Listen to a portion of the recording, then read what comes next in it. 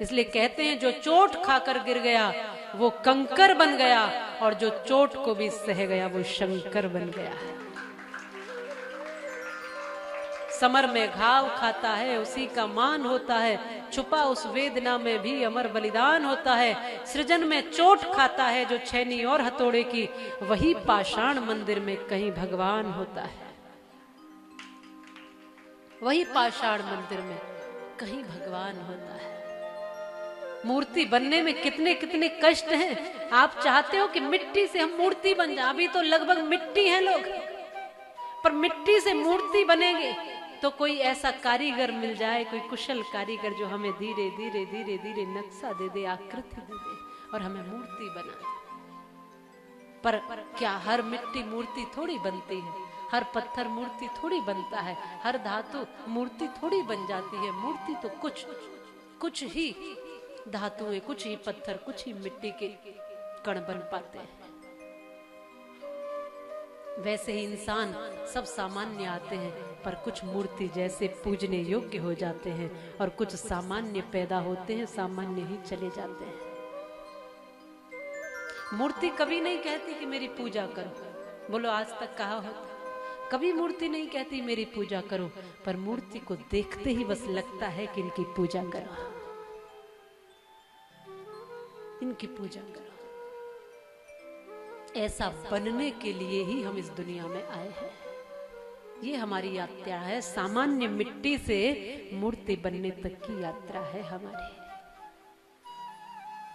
पशुवत जीवन से श्रेष्ठ देवत्व तक को पा लेने की यात्रा है हमारी। सामान्य गोप ग्वाले से द्वारिकाधीश बनने की यात्रा रही है श्री कृष्ण की, और द्वारिकाधीश बने, पूरी दुनिया में ऐश्वर्य रहा, सब कुछ था, प्रथम अग्र पूजा के अधिकारी थे। उसके बाद भी जब सेवा का अवसर उस यज्ञ में आया तो भगवान ने चरण पादुकाएं उठाने की सेवा ले ली। मैं साधुओं के चरण पादुकाओं की सेवा ले लेता हूँ, सबसे छोटी जो सेवा कोई न करना चाहे। भक्त तो यहाँ सेवा भी देख कर लेते हैं, हम तो भंडारा प्रसादी खिलाने की सेवा लेंगे, फिर झूठी पत्तल उठाने की सेवा कौन लेगा? बोलो। सारी सेवाएं विशेष हो जाती हैं। भगवान द्वारिकाधीश सिखा रहे हैं कि आप कितने भी ऊंचे से ऊंचे हो जाओ, आप गुरुद्वारों से एक चीज सीख सकते हो कि वहां करोड़पति भी होगा, अरबपति भी होगा, वो भी आकर के वहां पे सेवा करेगा। कोई जूते उठा रहा है, कोई सफाई कर रहा है, कोई भोग बना रहा है, कोई भोग खिला रहा है, प्रसादी खिला रहा है। वो ये नहीं कहते ये छोटी सेवा है, बड़ी सेवा है। ये तो हम हिंदुओं में ही है कि सेवा भी ऐसे सोच के करेंगे कि हम एहसान कर रहे हैं। कृपा होती है भगवान की तब ठाकुर जी अपनी सेवा में जोड़ते हैं। इसलिए सबको कहना है कि सेवा से जुड़ो, सेवा ही परमो धर्म।